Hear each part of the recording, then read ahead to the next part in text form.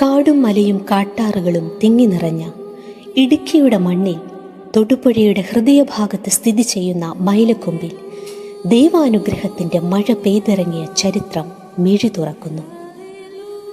സ്നേഹത്തിനും ദാനത്തിനും രക്ഷണത്തിനും വേണ്ടി മുളയെടുത്ത് ഈശോയുടെ ഹൃദയത്തിൽ വേരൂന്നി വളർന്ന ഒരു പുണ്യവൃക്ഷമാണ് തിരുഹൃദയ സന്യാസിനി സമൂഹത്തിലെ ജ്യോതി പ്രോവിൻസ്.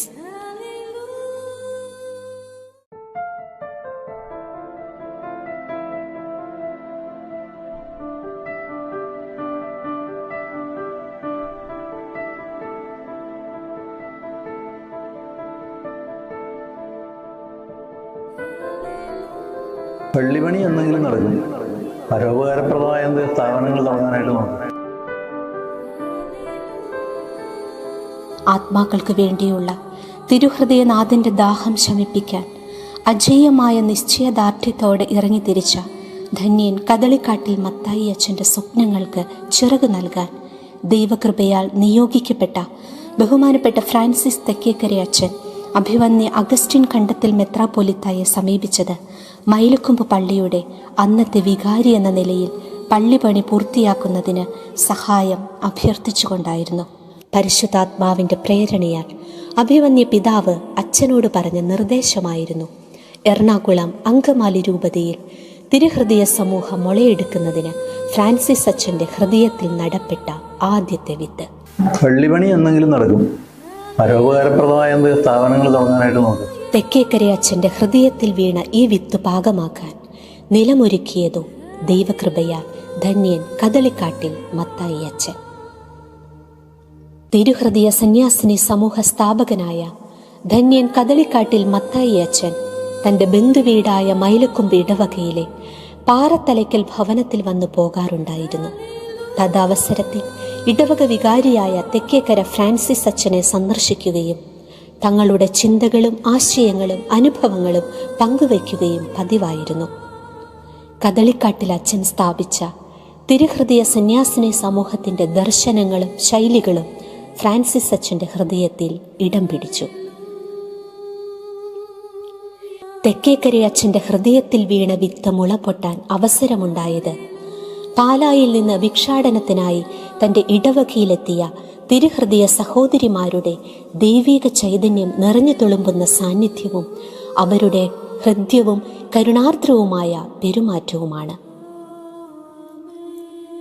അധികാരികളുടെ അനുഗ്രഹ ആശീർവാദത്തോടെ 1938 ജൂൺ 24 തിരുഹൃദയ തിരുനാൾ ദിനം മൈലക്കൊമ്പിൽ പണിതീർത്ത കൊച്ചു കെട്ടിടത്തിൽ ആഘോഷമായ തിരുഹൃദയ പ്രതിഷ്ഠ നടത്തി അച്ഛൻ്റെ ആവശ്യപ്രകാരം പാലാ മഠത്തിൽ നിന്നും വന്ന sister Metilda, sister Louisa, sister കൊച്ചു ത്രേസ്യ എന്നിവരെയും മഠത്തിനാൽ ത്രേസ്യക്കുട്ടി, താഴത്തു വീട്ടിൽ കുഞ്ഞന്ന എന്നീ 2 അർത്ഥിനികളെയും കൂട്ടി എറണാകുളം അങ്കമാലി അതിരൂപതയിൽ മൈലക്കൊമ്പ് ഇടവകയിൽ ആദ്യത്തെ തിരുഹൃദയ മഠം സ്ഥാപിച്ചു.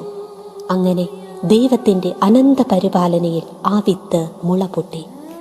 തിരുക്കർമ്മ ജീവിതത്തിൽ നിന്ന് ചൈതന്യം ഉൾക്കൊണ്ട് പരസ്പരം സ്നേഹിച്ചും ആദരിച്ചും കൂട്ടായ്മയുടെ ജീവിതം നയിച്ച് നിരന്തരം ദൈവസാന്നിധ്യ അവബോധത്തിൽ ജീവിക്കുകയും പ്രവർത്തിക്കുകയും ചെയ്ത സമർപ്പിത ജീവിതത്തിൻ്റെ പാരമ്പര്യമാണ് സ്ഥാപകാംഗങ്ങൾ നമുക്ക് കൈമാറിയിട്ടുള്ളത്. അങ്ങനെ നല്ല നിലത്ത് വീണ് മുള പൊട്ടിയ ആ വിത്ത് വളർന്ന ഒരു വൻ വൃക്ഷമായി പടർന്നു പന്തലിച്ച് 100 മേനി ഫലങ്ങൾ പുറപ്പെടുവിക്കുവാൻ ഈശോയുടെ ഹൃദയം അനുവദിച്ചു. ഈ സമൂഹത്തിൻ്റെ രജത ജൂബിലി വർഷത്തിൽ 1963 നവംബർ 4 ഫ്രാൻസിസ് അച്ഛൻ എന്ന ഞങ്ങളുടെ വല്യച്ഛൻ സ്വർഗത്തിൽ കൂടുകൂട്ടി.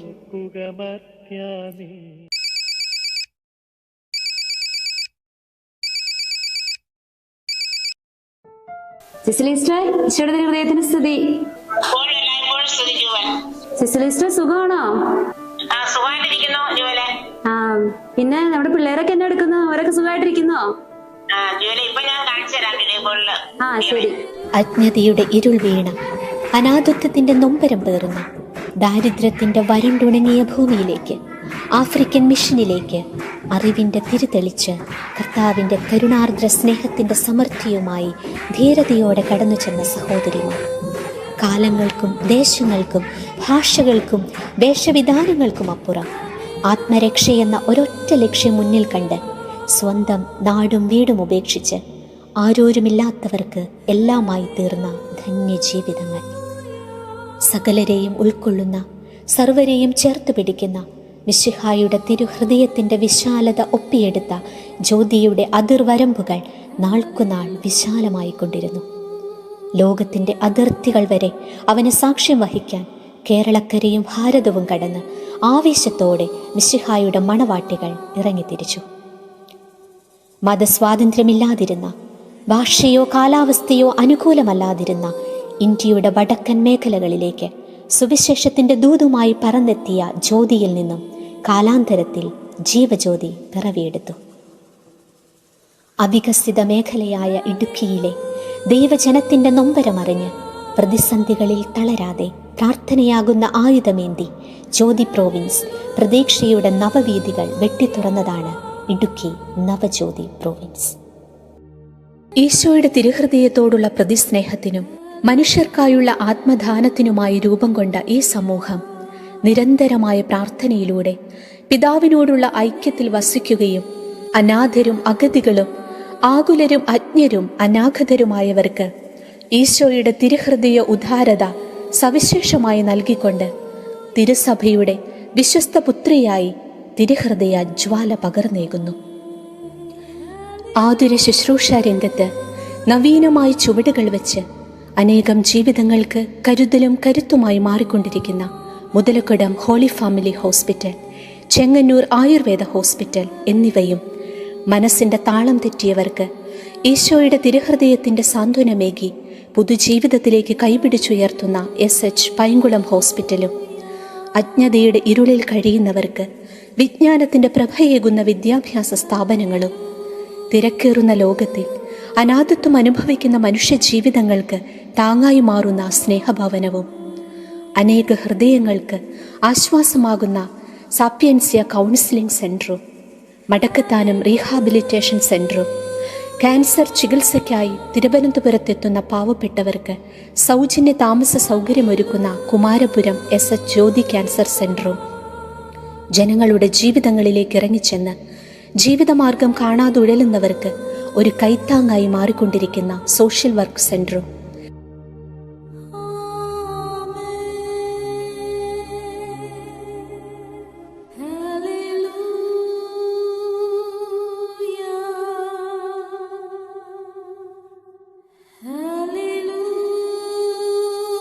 സ്വയം പര്യാപ്തരല്ലാത്ത കുഞ്ഞുങ്ങൾക്ക് സഹായഹസ്തമേകുന്ന പ്രതീക്ഷാഭവനവും, സ്വന്തം മാതാപിതാക്കൾ പോലും ഉപേക്ഷിച്ച HIV ബാധിതരായ കുട്ടികളെ സംരക്ഷിക്കുന്ന ആഫ്രിക്കൻ മിഷനും ജർമ്മനി, അമേരിക്ക പോലുള്ള മറ്റു മിഷൻ പ്രദേശങ്ങളും, വിശുദ്ധ കുർബാനയും വിശുദ്ധ കുമ്പസാരവും നൽകി മാനസാന്തരത്തിൻ്റെ നിറഞ്ഞ കണ്ണുകളോടെ നാഥൻ്റെ കലവറയില്ലാത്ത സ്നേഹത്തിൻ്റെ വിരുന്നു നുകരാൻ അനേകർക്ക് കൃപ നൽകുന്ന ജയിൽ മിനിസ്ട്രിയും, മാറുന്ന ലോകത്തിൻ്റെ മാറ്റങ്ങൾക്ക് ചുവട് പിടിച്ച് നവമാധ്യമങ്ങളിലൂടെയുള്ള സുവിശേഷ പ്രഘോഷണവുമെല്ലാം തിരുഹൃദയനാഥൻ്റെ സ്നേഹം തങ്കലിപികളിൽ രചിക്കുന്ന ജ്യോതി പ്രോവിൻസിൻ്റെ കർമ്മമണ്ഡലങ്ങളാണ്.